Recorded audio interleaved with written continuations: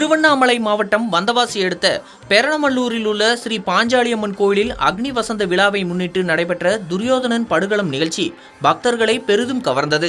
இதில் திரளான பொதுமக்கள் கலந்து கொண்டு சாமி தரிசனம் செய்தனர். இந்த விழாவையொட்டி கடந்த 30 நாட்களாக மகாபாரத சொற்பொழிவு நிகழ்ச்சிகள் நடைபெற்றன. அதன் நிறைவாக முக்கிய நிகழ்வான துரியோதனன் படுகளம் சிறப்பாக நடத்தப்பட்டது.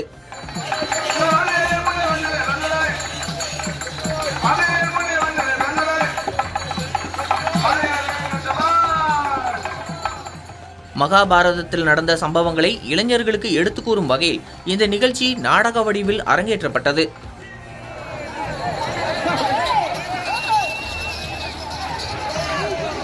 நாடக கலைஞர்கள் பீமன், துரியோதனன், திரௌபதி, காந்தாரி உள்ளிட்ட வேடங்களில் தத்ரூபமாக நடித்து காட்டினர்.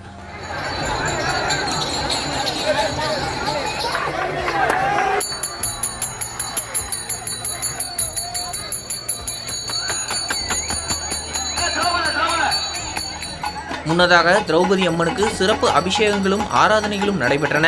இந்த நிகழ்ச்சியை காண பெரணமல்லூர் மற்றும் சுற்றுவட்டார கிராமங்களை சேர்ந்த ஏராளமான பக்தர்கள் குடும்பத்துடன் திரண்டனர். குறிப்பாக காந்தாரி வேடம் அணிந்தவரிடம் முரம் மற்றும் துடைப்பத்தால் ஆசீர்வாதம் பெற பக்தர்கள் ஆர்வமாக காத்திருந்தனர்.